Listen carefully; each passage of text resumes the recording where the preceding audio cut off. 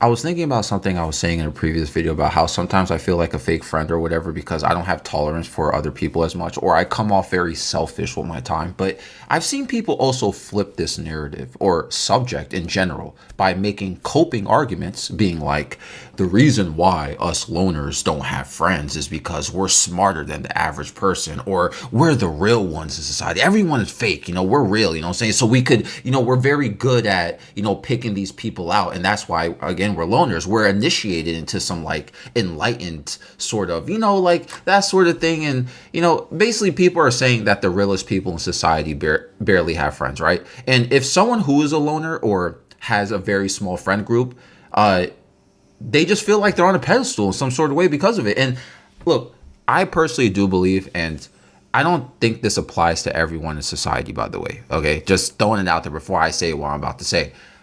I do believe personally that higher intelligence does correlate with having fewer friends, because those who spend higher amounts of time in moments of independence and deep thinking have their priority system more wired to not feel like social satisfaction is beneficial.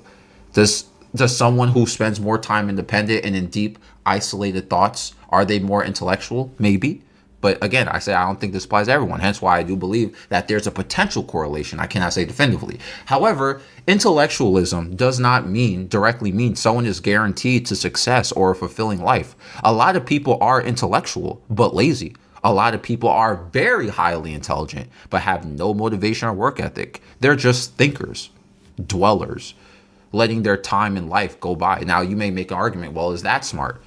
We could say that isn't, But so on the flip side, social interaction and having friends that are reliable, uplifting, and non-draining can not only grant you the benefits of social circles, because there are a lot, but it can also open doors to other opportunities. However, I do not feel like this is ever a moment of superiority. And those who feel like they're using it as like I don't even think they even know that they're using it as a coping strategy. They're coming from like a deep insecure place that they don't want to address. You're not automatically real or above the average person or some unique special gift to humanity or society because you can't establish friendships or find ways to navigate through social group dynamics.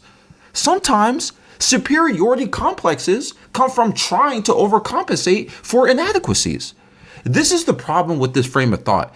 Being isolated is not an elite status to reassure you to avoid confronting something you either numb yourself to and you highly suppress, or you feel you're above other people for. If you're the type of person who prefers smaller friend groups or very minimal social circles just because, whatever reason, having too many friends is overwhelming, right? Or you're just not a social person, I'm not talking about you. I'm talking about the people who flip that, cope with unconscious dissatisfaction with their social life and treat it like they're realer than the average person or they're some enlightened being, and that's why they're alone often. That's why everything socially is always lacking for them. That's why, at this point, for people who do stuff like that, I even see people make YouTube videos like this. They're like, this is why you have no friends. This is why you're lonely. This is why this, like, I feel bad for these type of people who actually feel like they're above others because of this. Because I think this is some form of like chronic loneliness that they basically reframed as elitism because they don't want to confront the actual issue here. Look, me personally, Aku, I'm the type of person where I value only a few solid friendships more than a big network of friends. Me personally, I don't really like having a lot of friends. I don't like talking to too many people. You know what I'm saying? I'm very to myself. It's easier for me because I get overwhelmed quickly. I'm not a social butterfly. I still get social anxiety all the time. But this doesn't mean I'm better than other people who manage themselves in bigger circles. I don't think I'm better than other people just because I only like having like two friends. It means, like many people, I have I wouldn't say completely different, but I have a different capacity for socialization. Doesn't make me better, doesn't make me worse. It's just how Aku is built, right? So to tie back to, and get to a point here, to tie back to what I said earlier about intelligence and fewer friends, because you may have thought that I was using that as like a plea. So I say, okay, well, maybe you are real, or maybe there's something elevated about you to why you're more, you don't have as many friends, right? Look, I mentioned a possible correlation, but let's say it's hypothetically true, do some whatever scientific study, right? I'm not saying that this is one path to being smart overall or to make anyone elite. It's an observation that different people prioritize different things. Like how some people recharge themselves alone, right?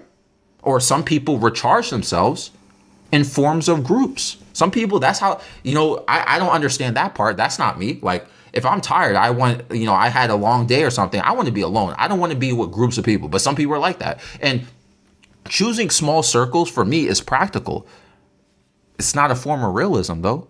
And the same goes for other people who have different setups without, people who turn it into like a cope or a pedestal. Some people, when they recharge or socialize, they may socialize with people that make them wiser or more intellectual too. That's the thing, just you could have a small group of friends or a big group of friends, and they're all people who are very uplifting, who are very, positive, who, here's the thing about this. People don't understand this too. And this is another cope that people have. Socialization is very important, but you got to socialize with the right people. You may socialize with somebody, right? And that person could make you wiser and more intellectual too. That happens when you talk to people. You hear stories, experiences, advice, and so forth from other people. And then you intake that information. And you're like, I just saw something, or I just heard a story that this person, my friend, went through that, I learned something, so I'm going to avoid doing that. You get that wisdom. Or someone shares intellectual information with you. So it really depends on the foundation of what your social life is like and what you're self-aware about in terms of why you're like this and what you do about it. If your circle, big or small, pushes you to grow, that's the goal. The point is self-awareness over elitism. So you can build a social life that genuinely fits what you're able to withstand. I hope this makes sense. I just don't like the real people barely have friends argument. This is why you don't have friends.